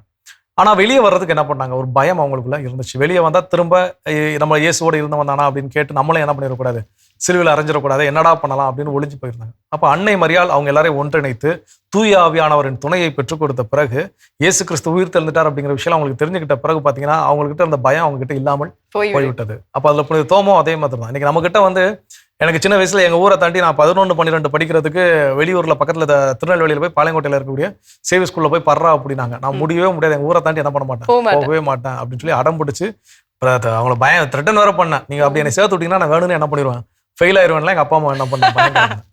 சோ அப்போ இது என்னன்னா நமக்கு ஒரு இடத்த விட்டு நமக்கு ஒரு கம்ஃபர்ட் ஜோனை விட்டு நமக்கு வெளியே போறதுக்கே நமக்கு என்ன அப்படின்னா ஒரு பயம். அப்ப இது என்ன மொழி பேசுவாங்க தெரியாது, அவங்க எப்படி இருப்பாங்க தெரியாது, முரடங்களா அன்பானவங்களா எனக்கு எதுவுமே தெரியாது. ஆனா நர்சிதை அனுப்பியிருக்காரு. நான் ஏற்கனவே ஒரு பயந்த சுபாவம் உள்ளவன், என்னை இப்படி வேற அனுப்புறாருன்னு ஒரு கூட என்ன பண்ணல, பயந்து கொண்டிருக்காரு. அவருடைய பயத்தை, அவருடைய பலவீனத்தை பலமாக என்ன பண்ணாரு, மாற்றிக்கொண்டார். சோ அப்போ அது போல நாமும் நம்முடைய பலவீனங்கள் என்னவோ அதை பலமாக மாற்றிக்கொள்வதற்கு அது ஒரே ஒரு விஷயம், அதாவது ஈஸி தான். பலவீனத்தை பலமாக மாற்றிக்கொள்வதற்கு ரொம்ப எல்லாம் மெனக்கடணும் தேவையே கிடையாது. சிம்பிள், ஜீசஸ் கிறிஸ்ட், இயேசு கிறிஸ்து கிட்ட நான் என்னை சரணடைந்து விட்டாலே போதுமானது. நான் ஃபுல்லா கொடுத்துட்டேன், எனக்கு இது பயமா இருக்கு, நீங்க தான் பாத்துக்கணும்னு அவர்கிட்ட பொறுப்பு விட்டுன்னு வச்சுக்கோங்களேன். அவர் நம்மள என்ன பண்ணுவார், நம்முடைய பலவீனத்தை பலமாக மாற்றி விடுவார். ஸோ அப்போ அது ரொம்ப வெரி சிம்பிள். அதை நாம தோமா கிட்ட இருந்து கற்றுக்கொள்ள வேண்டும். கண்டிப்பா ஜோ, நான் இன்னும் தொடர்ந்து பேசுவோம். இப்ப அடுத்த பகுதி பார்க்கலாம்.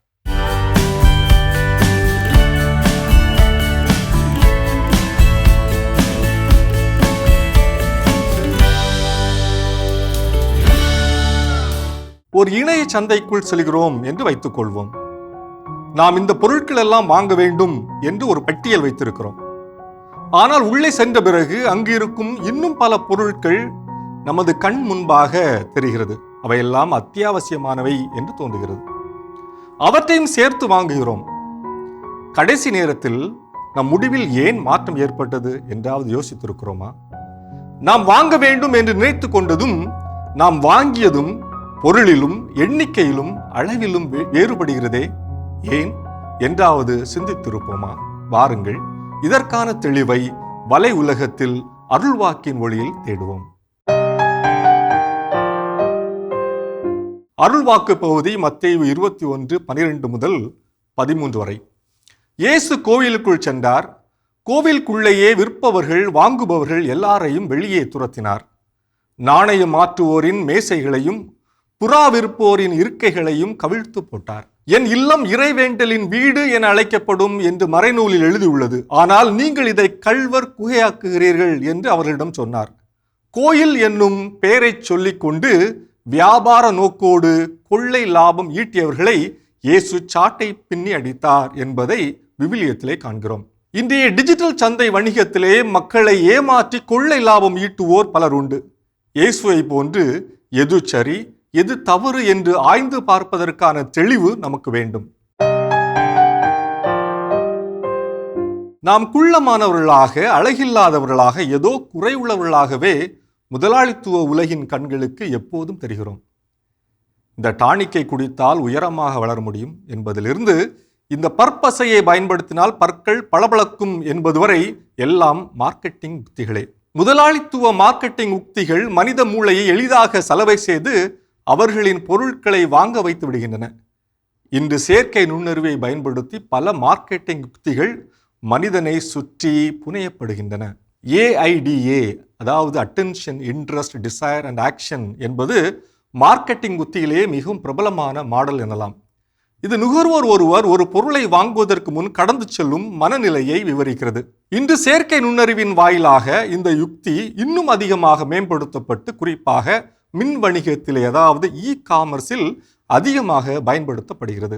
Amazon, Flipkart, Meesho, Myntra, big basket, Tata click, pepper fry, Jio mart போன்ற மின் வணிக தளங்கள் செயற்கை நுண்ணறிவினை பயன்படுத்தி முதலில் சேர்க்கை தேவையினை உருவாக்குகின்றன. செயற்கை நுண்ணறிவு தொழில்நுட்பத்தின் உதவியினால் நுகர்வோரின் தேவையினை முன்கூட்டியே கண்டறிகின்றனர். அதாவது ஆன்டிசிபேட்டிங் தேர் நீட்ஸ். குறிப்பிட்ட நுகர்வோருக்காகவே தயாரிக்கப்பட்டது போன்ற பரிந்துரைகள் முன்வைக்கப்படுகின்றன. தொடர்ச்சியான நினைவூட்டல்கள் வழங்கப்படுகின்றன. Persistent reminders. செயற்கையான பற்றாக்குறை பயத்தை ஏற்படுத்துகின்றனர். Fear of missing out. அவசர உணர்வை உருவாக்குகின்றனர். Creating urgency. கடைசியாக உளவியல் தூண்டல்கள் அடிக்கடி முன்வைக்கப்படுகின்றன. Psychological nudging. இன்று செயற்கை நுண்ணறிவினால் செறிவூட்டப்பட்ட இத்தகைய மார்க்கெட்டிங் யுக்திகளை கடந்து நம்மால் மின் வணிகங்களில் இருந்து ஒரு பொருளையாவது வாங்காமல் வெளிவர முடியாத நிலை உருவாகி வருகிறது.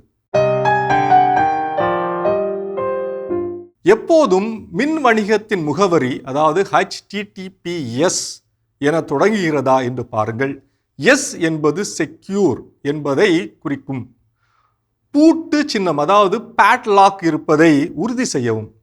ஒரு பொருளை வாங்கும் முன் அதனை வாங்கியவர்களின் விமர்சன பதிவுகளை பார்க்கவும். பலரும் அப்பொருளை பற்றி எதிர்மறையாக பதிவிட்டிருக்கின்றார்கள் எனில் அப்பொருளை வாங்காமல் இருப்பது நல்லது. நம்ப முடியாத தள்ளுபடி விளம்பரங்களை பார்த்தால் அதனை நம்ப தேவையில்லை. அதாவது 50,000 மதிப்பிலான மொபைல் போன் வெறும் 5,000 என்று வைத்தால் அதை பெரும்பாலும் மோசடியாக இருக்கும். உங்களுக்கு பிடித்த பிரபலங்கள் ஒரு பொருளை பரிந்துரைக்கிறார்கள் என்பதற்காக உடனே வாங்கிவிடாதீர்கள். அது ஒரு பெய்டு ப்ரொமோஷனாக இருக்கலாம். இன்னும் 2 பொருட்கள் மட்டுமே உள்ளன அல்லது ஆஃபர் முடிய இன்னும் 10 நிமிடங்கள் மட்டுமே என்று காட்டி உங்களை அவசரமாக முடிவெடுக்க வைப்பார்கள். எனவே நிதானமாக சிந்தித்து செயல்படுங்கள். நீங்கள் ஒரு பொருளை தேடினால் அதுவே எல்லா இடங்களிலும் விளம்பரமாக வரும். இது உங்களை மீண்டும் மீண்டும் பார்க்க வைத்து வாங்க தூண்டும் ஒரு செயற்கை நுண்ணறிவினால் செறிவூட்டப்பட்ட தொழில்நுட்ப முறை. எனவே அல்காரிதம் மாய வலைக்குள் சிக்கிக் கொள்ளாமல் இருப்பது நல்லது. மனிதனுக்குரிய அடிப்படை ஆற்றலாகிய பகுத்தறிவு செயற்கை நுண்ணறிவிடமும் அதன் மார்க்கெட்டிங் யுக்தியிடமும் மண்டிட்டு கிடப்பது காலத்தின் கொடுமை, மானிடத்தின் சிறுமை. இயேசுவின் கையில் சாட்டை இருந்ததை போல இன்று காமர்ஸ் உலகில் போலி விளம்பரங்களையும் தரவு திருட்டையும் அதீத நுகர்வு கலாச்சாரத்தை விரட்டியடிக்க நம் கையில் டிஜிட்டல் அறிவு, அதாவது டிஜிட்டல் லிட்ரஸி என்னும் சாட்டை இருக்க வேண்டும். இது வலையுலகம் 360 டிகிரி, டிஜிட்டல் உலகிற்கான உங்கள் அகராதி. சிறப்பு, அருமையான வலையுலகம் 360 டிகிரி பார்த்தாச்சு. அதோட எனக்கு நம்ம பேசிட்டு இருக்கிறோம் கடவுள் வணக்கம் நிகழ்ச்சியில புனித தோமாவிடமிருந்து கற்றுக்கொள்ள வேண்டிய வாழ்க்கை பாடம் அடுத்தது என்ன சொல்றாங்க? நீங்கள் மேற்கொண்டுள்ள பணிகளில் நீங்கள் உண்மையாக இருங்கள். இதுதான் அவர் வாழ்ந்து காமிச்சிட்டு போனார். நற்செய்தியை பறைசாற்றணும்னு சொல்லிட்டு உலகெங்கும் அவர் நெடுந்தூரம் பயணம் செஞ்சாரு அப்படின்றது நம்ம எல்லாரும் படிக்கிறோம். அது ஒரு மரபா இருக்கு அப்படின்றது நமக்கு தெரியும். அதை தாண்டி அவருடைய அந்த பணியில் அவர் எவ்வளவு உண்மையாக இருந்தார். எங்கெங்கேயோ போனார், எங்கெங்கேயோ எவ்வளவோ கஷ்டங்கள் இருக்கும், எவ்வளவோ அவதூறுகள் இருக்கும், எல்லாத்தையும் எதிர்கொண்டு அவருடைய அந்த பணியில் உண்மையாக இருந்தார், அதை வாழ்ந்து காண்பித்து போனார் அப்படின்றத நம்ம அவருடைய லெசனை நம்ம எடுத்துக்கலாம். கண்டிப்பா எடுத்த விஷயத்துல கடைசி வரைக்கும் உறுதியோட இருக்கிறது, அது விசுவாசத்தோடு. இன்னைக்கு நம்ம எல்லாருமே சில டிசிஷன்ஸ் எடுக்கிறோம். அது குறிப்பா அந்த ஒவ்வொரு வருடம் புதிய வருடம் தொடங்கும் போது பாத்தீங்கன்னா எல்லாரும் டெய்லி கேட்டுக்கிறது ஹாப்பி நியூ இயர் சொன்னதுக்கப்புறம் அடுத்த கேள்வி இந்த வருஷம் நியூ இயர் ரெசல்யூஷன் என்ன எடுத்துருக்கீங்க? அதுதான் வருஷம் எல்லாரும் என்ன பண்றோம், வாழ்த்துக்கள் சொல்லிட்டு கேட்கக்கூடிய கேள்வி. உடனே நான் அதை எடுத்திருக்கிறேன், இதை எடுத்திருக்கேன், இதை செஞ்சிருக்கிறேன், ஓகே ரொம்ப சந்தோஷம். அந்த பொங்கல் கூட என்ன ஆகாது, தாண்டாது. அதுக்குள்ள நம்ம என்ன ரெசல்யூஷன் எடுத்தோங்கிறது நமக்கு என்ன இருக்கும். இன்னைக்கெல்லாம் திடீர்னு யாரையும் கூப்பிட்டு இந்த வருஷம் நியூ இயர்க்கு என்ன ரெசல்யூஷன் எடுத்தீங்கன்னு கேட்டோம்னு வச்சுக்கோங்களேன், 2-3 டைம் என்ன எடுத்தோம் அப்படின்னு யோசிச்சுட்டு அது மேபி ஞாபகம் வரலாம், ஞாபகம் வராமலும் போகலாம். சோ அப்போ எடுத்த செயல உறுதியோட நம்ம இருக்கிறோமான்னு கேட்டா இல்ல. ஆனால் எடுத்த செயலில் கடைசி வரைக்கும் உறுதியோடு நாம் இருக்க, அதான் சொல்லுவாங்க முள்ள பிடிச்சாலும் முழுசா பிடிக்கணும்னு சொல்லுவாங்க. சோ அப்போ அது போல நான் உறுதியோடு இருப்பதை இந்த தோமாவிடமிருந்து கற்றுக்கொள்ளலாம். தொடர்ந்து பேசலாமா? இப்ப அடுத்த பகுதியை பார்க்கலாம்.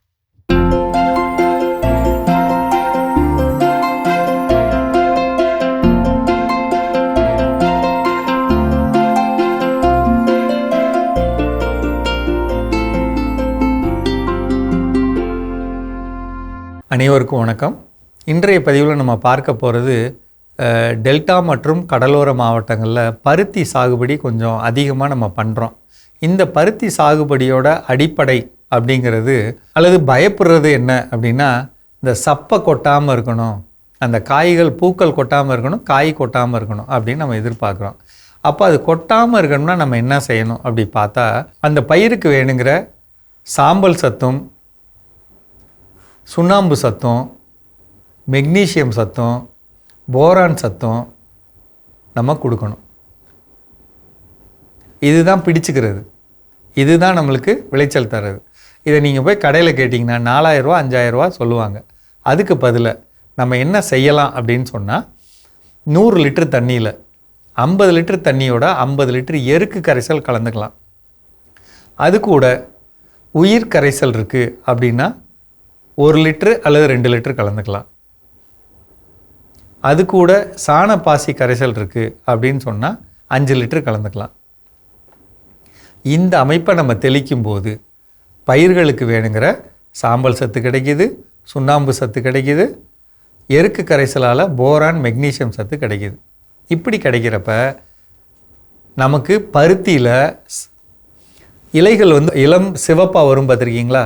அதே மாதிரி சிவப்பாக மஞ்சளாகி சிவப்பாகி அப்படி வருது இல்லை, இதுதான் மெக்னீசியம் குறைபாடு. காய் பச்சையாக வர்றது சிவப்பாயிடும், பஞ்சோட எண்ணிக்கை குறையும், அளவு குறையும், பஞ்சோட தன்மை குறையும். இதெல்லாம் எது கொடுக்குது? மெக்னீசியம் சத்து கொடுக்குது. அதோடைய திடத்தன்மை எது முடிவு பண்ணுது? சாம்பல் சத்து முடிவு பண்ணுது. அதை கொடுக்கணும்னா இது ரெண்டையும் இணைக்கணும்னா போரான் சத்து இணைக்கும். அதுதான் எருக்கலையில் இருக்குது. இதைத்தாங்க நான் கொடுக்க சொல்கிறேன். குறைந்த விலையில் ட்ரம்மு மட்டும் 2 ட்ரம் இருந்தால் வீட்டில் 1 ஏக்கர் நிலத்துக்கு 1/2 ஏக்கருக்கு 1 அப்படின்னு நிலத்தில் வச்சுக்கிட்டோம்னா ஒரு இதில் 180 லிட்டர் தண்ணி ஊற்றுறோம். 20 கிலோவுக்கு எருக்கலையை இலை பூ தண்டு காயின்னு போட்டு ஊற வைக்கிறோம்.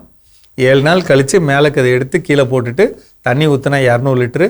இந்த 100 லிட்டரை கொண்டு போய் அடுத்த ட்ரம்மில் ஊற்றுறோம். இதில் 100 அதில் 100 மிச்சத்துக்கு தண்ணி ஊற்றிக்கிறோம்.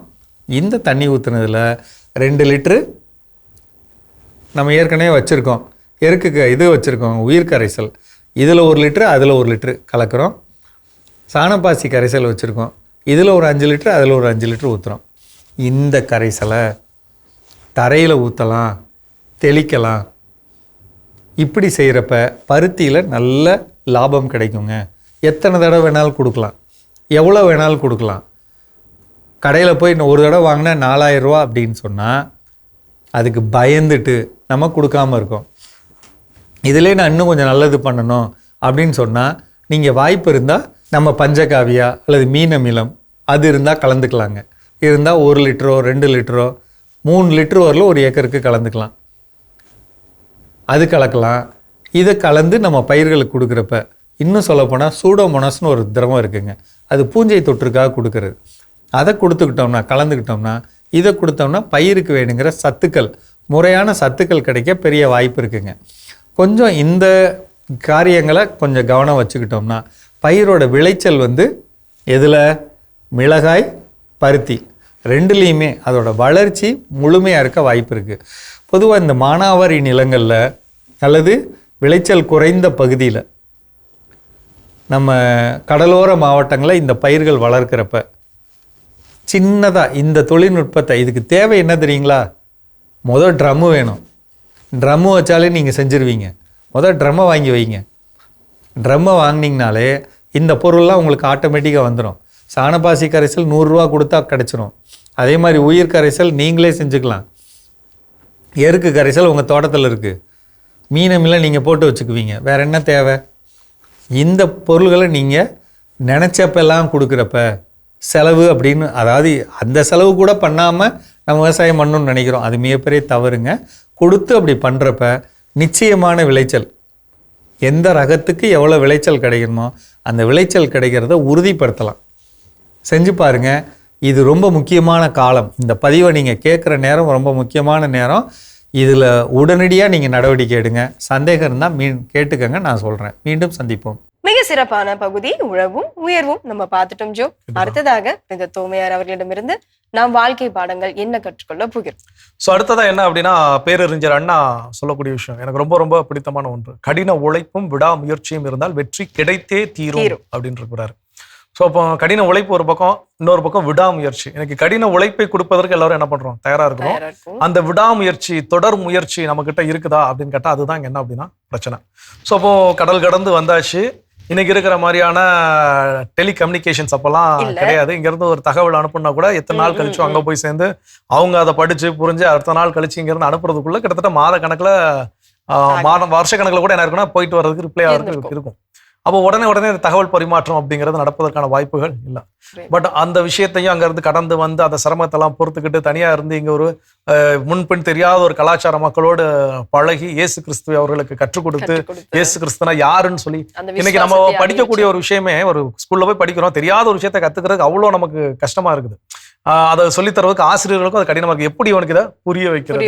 சிலர் டக்குன்னு புரிஞ்சுக்குவாங்க, சிலர் ஸ்லோவா தான் என்ன பண்ணுவாங்க, புரிஞ்சுக்குவாங்க இருக்கிறாங்க. அப்போ அந்த சூழல்ல அப்படிப்பட்ட ஒரு விஷயத்துல யாருனே தெரியாத ஒரு மனுஷனை பத்தி நீங்க வந்து சொல்லணும், அவருடைய அருமை பெருமைகளை பத்தி நீங்க பேசணும், அதை அவங்களுக்கு புரிய வைக்கணும், ஏற்றுக்கொள்ள வைக்கணும் அப்படின்னா அது சாதாரண விஷயம் கிடையவே கிடையாது. அதுக்கு ஒரு தொடர் முயற்சி என்ன பண்ணணும், இருந்து கொண்டே இருக்கணும். அப்போ அந்த தொடர் முயற்சி அவர் செஞ்சதுனால இன்னைக்கு கிறிஸ்துனா யாரு, கிறிஸ்து எப்படிப்பட்டவர், அவரை பின்பற்றக்கூடிய நாம் எப்படி இருக்க வேண்டும், எதையெல்லாம் நம்ம பின்பற்ற வேண்டும், இன்னைக்கு நிறைய விஷயங்கள் நாம தெரிஞ்சிருக்கிறோம்னா அதுக்கு அவருடைய தொடர் முயற்சி ரொம்ப ரொம்ப காரணமாக இருக்கிறது. கண்டிப்பா நம்முடைய வாழ்க்கையிலுமே அதை வந்து ஒரு வாழ்வாக்கணும் அப்படின்றத இதுல இருந்து நம்ம கத்துக்கலாம். இன்னும் தொடர்ந்து பேசலாம் ஜோய், அடுத்த பகுதி பார்க்கலாம்.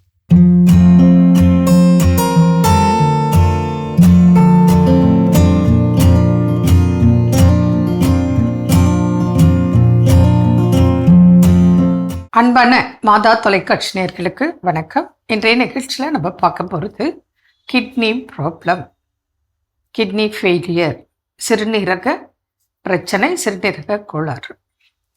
இப்போது நிறைய பேருக்கு இன்றைய காலகட்டத்தில் அதிகமாக கிட்னி ப்ராப்ளம் அப்படின்னு சொல்லிட்டு தொடர்பு கொண்டுட்டு பிரச்சனையில் சந்திச்சிட்டு இருக்காங்க. இப்போ மெயின் ரீசன் நம்ம பார்க்குறோம். முன்பெல்லாம் வந்து பார்த்திங்கன்னா ஒரு 40 வயதுக்கு அதிகம் உள்ள வயதினருக்கு தான் diabetic, hypertension, cholesterol, heart problem எல்லாம் வரும். இப்போ அப்படி இல்லை. நவடேஸ் யங்ஸ்டருக்கு ஹார்ட் ப்ராப்ளம் இருக்குது, கிட்னி ப்ராப்ளம் இருக்குது. இதில் என்ன ஒரு விஷயம் அப்படின்னா, நம்மளோட சுற்றுப்புற சூழல், உணவு முறைகள் இதெல்லாம் கூட நிச்சயமாக நம்ம உடலை பாதிக்கிறது. இப்போ ஏதோ ஒரு ஹெல்த் இஷ்யூ, ஃபீவர் வச்சுக்கோங்க, அல்லது ஹெட்டேக், 6 வயிற்று வலி, இதற்கு நம்மளா மெடிசன் எடுக்கிறது, பெயின் கில்லர்ஸ், அதனாலேயே நம்ம கிட்னி பாதிக்குது.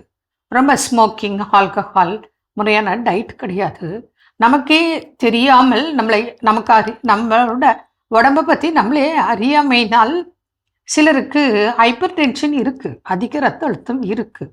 ஆனால் அது அப்படின்னு அவங்களுக்கு டவுட் வந்ததில்லை, சின்ன வயசு தானே அப்படின்னு செக் பண்ணிக்கிறதே இல்லை.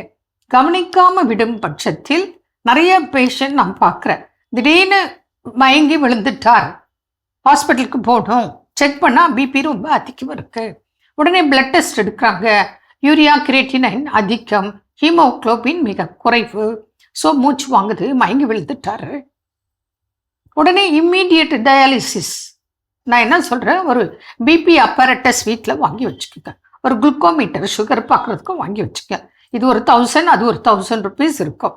இதெல்லாம் நமக்கு பேசிக் இன்னைக்கு தேவை. வாரத்தில் 2 நாள் பிபி பார்த்துக்குங்க, வாரத்தில் 2 நாள் சுகர் பார்த்துக்க, ஹோல் ஃபேமிலி மெம்பர்ஸ் பார்த்துக்கலாம், தப்பு கிடையாது. இப்போது முன்னாடிலாம் பார்க்குறேன் நான் 60, 70, 80 வயசு ஆளுங்களுக்கு தான் வந்து கிட்னி ப்ராப்ளம். கேட்டால் எனக்கு 40, 30 இயர்ஸாக டயபெட்டிக்னு சொல்லுவாங்க.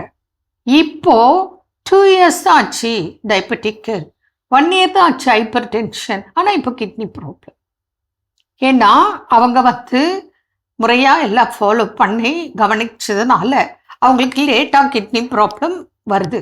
அதுவும் முறையாக ஃபாலோ பண்ணவங்களுக்கு கிட்னி ப்ராப்ளம் இல்லாமலும் இருக்கிறாங்க. நம்மளை விட வயசானவங்க நல்லா இருக்காங்க, ஆனால் இப்போ யங்ஸ்டரு இந்த பாதிப்பில் இருக்காங்க, பிபி இருக்குது.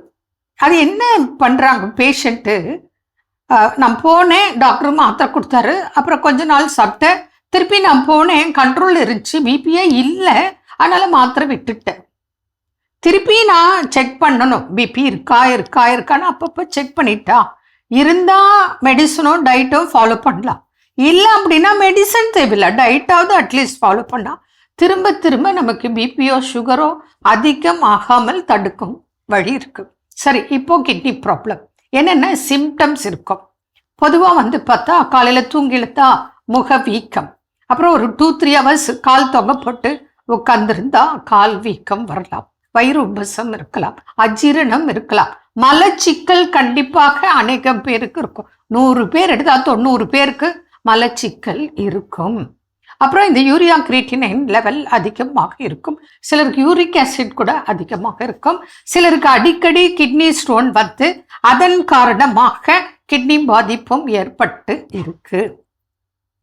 அப்புறம் பார்த்தீங்கன்னா உடல் முழுவதும் அரிப்பு, வியர்வை குறைவு, ஹீமோகுளோபின் குறையும். அப்போ பார்த்தீங்கன்னா உங்களுக்கு அடிக்கடி சளி இருமல் வரலாம், திடீர்னு உங்களுக்கு உள்காய்ச்சல் போல ஒரு உடம்புல ஒரு நடுக்கம், ஒரு படபடப்பு வருதா, யூரின் போறதுல நுரையாக போகலாம், டயர்டு இருக்கலாம், அடிக்கடி நீங்களா தேவையில்லாம டென்ஷன் ஆகலாம். இதெல்லாம் தான் சிம்டம்ஸ். இதெல்லாம் வச்சு தான் நம்ம கண்டுபிடிச்சி இப்போ உங்களுக்கு 1.2 கிரியேட்டினைன் லெவல் நார்மல். நான் என்ன சொல்றேன், 1 வந்தாலே எனக்கு கிட்னி பிரச்சனை 50% இருக்கு அப்படின்னு நினைச்சு உப்பு சாப்பிட்றத குறைங்க. ஒரு நாளைக்கு ஒரு 4-5 கிராம்ஸ் உப்பு சாப்பிட்டா போதும். ஆனால் நம்ம 40 கிராம்ஸ் சாப்பிட்றோம். இன்னும் சிலர் சாதத்தில் கூட உப்பு போட்டு சமைக்கிறாங்க.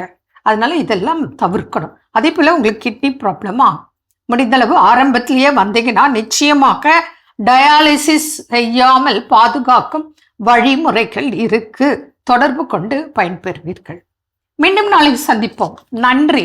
அன்னை மரியே வாழ்க. சிறப்பு, அருமையான நம்ம ஒரு வைத்தியம் பகுதி பார்த்துட்டோம். நிகழ்ச்சியோட நிறைவுக்கும் வந்தாச்சு. இன்னைக்கு நாள் மகிழ்ச்சியோட நம்ம பேசிட்டு இருக்கிறோம் கடவுள் வணக்கம் நிகழ்ச்சியில. புனித தோமையாரிடமிருந்து நாம் கற்றுக்கொள்ள வேண்டிய வாழ்க்கை பாடம் ஃபைனலா என்ன சொல்றாங்க? அவர் மறைந்து ஒரு பல நூற்றாண்டுகள் ஆயிருக்குமா, இருந்தும் அவருடைய அந்த நம்பிக்கையின் சுவடு, அவருடைய அந்த விசுவாசத்தின் சுவடு இன்னும் மறையாமல் நாம் இன்றும் அவரை பற்றி நம்ம பேசி கொண்டிருக்கின்றோம் அப்படின்னா அதற்கு காரணம் அந்த நம்பிக்கை, அந்த விசுவாசம் தான். அந்த மாதிரி ஒரு அடையாள சுவடை நாமும் வாழ்ந்து கொண்டிருக்கும் நம்முடைய வாழ்க்கையில விட்டு செல்ல வேண்டும் அப்படின்றது தான் இதுல இருந்து நாம் கற்றுக்கொள்ள வேண்டிய பாடம். கண்டிப்பா இன்னைக்கு நம்முடைய குழந்தைகள் எங்கெல்லாமோ நம்ம என்ன பண்ணிட்டு இருக்கோம், கூட்டு போயிட்டு இருக்கிறோம் சுற்றுலாக்களுக்கு. அது இடங்கள் பிடித்த இடங்கள்னு கண்டிப்பா ஒரு முறையாவது சென்னையில இருக்கக்கூடிய லிட்டில் மவுண்ட் சின்னமலைக்கோ இல்ல தோமையாரின் மலை அப்படின்னு நம்ம சொல்லக்கூடிய அந்த பரங்கி மலைக்கோ நம்ம அழைத்து செல்வது அப்படிங்கிறது ரொம்ப ரொம்ப முக்கியம்.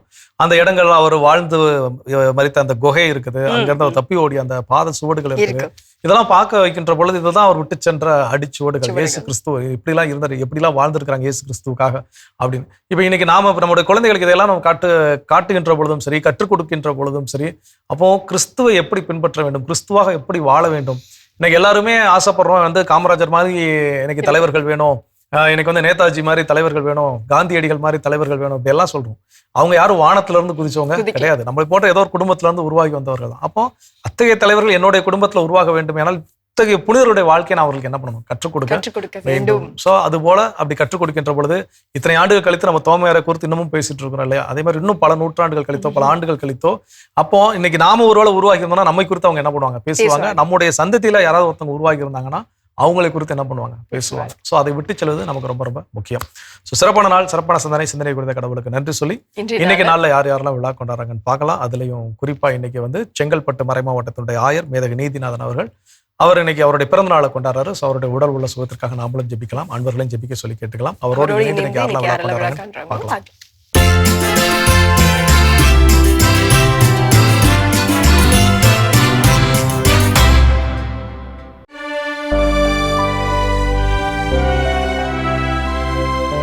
இன்று பிறந்த நாள் காணும் செங்கல்பட்டு மறை மாவட்டத்தின் மேதகு ஆயர் நீதிநாதன் அவர்களுக்கு நல்வாழ்த்துக்கள்.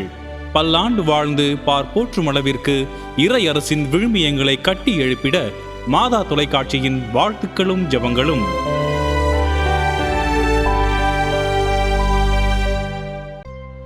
ஜெரோம் ஃபெலிக்ஸ் டோனா டயானா இன்று தங்களது 10ஆம் ஆண்டு திருமண நாளினை கொண்டாடுகிறார்கள்.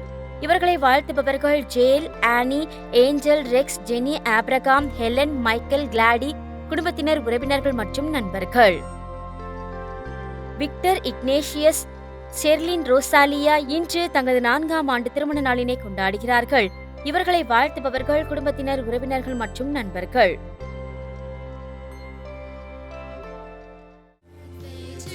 டேரன் ஸ்வான்சன் இன்று தனது பிறந்த நாளினை கொண்டாடுகிறார். இவரை வாழ்த்துபவர்கள் அப்பா, அம்மா, அம்மம்மா, தாத்தா, மாமா, குடும்பத்தினர், உறவினர்கள் மற்றும் நண்பர்கள்.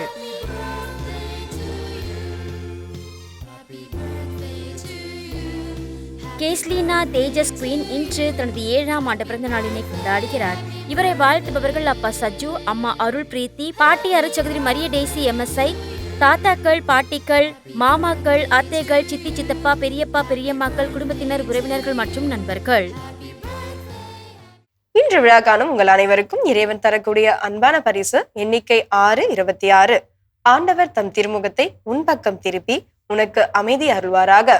இந்த இறையாசையோடு நீங்கள் வாழ நாங்கள் ஜெபிக்கிறோம். அன்பானவர்களே, புனிதர் வழி செல்வோம், புனித வாழ்வு வாழ்வோம் என்ற இந்த சிந்தனையோடு இன்றைய கடவுள் வணக்கம் நிகழ்ச்சியை நாங்கள் நிறைவு செய்கிறோம். இந்த நாளும் இனிய நாளாக அமைய மாதா தொலைக்காட்சியின் வாழ்த்துக்களும் ஜெபங்களும். மீண்டும் உங்கள் அனைவரையும் கடவுள் வணக்கம் நிகழ்ச்சியில் சந்திக்கும் வரை உங்களிடமிருந்து விடைபெறுகிறோம். இயேசுவுக்கே புகழ், மரியே வாழ்க. நீ ஆர்ட்ஸ் தானடா படிச்ச, எப்படி ஐடில வேலை பாக்குற? எந்த டிகிரினாலும் பரவாயில்லண்ணா. சென்னையில் இருக்க எஸ்எல்ஏ ஐடி ட்ரைனிங் இன்ஸ்டியூட் தான் நான் ட்ரைனிங் எடுத்தேன். மாசம் 30,000 சம்பாதிக்கிறேன். சூப்பர்டா. For IT training and placement, contact 8870767784.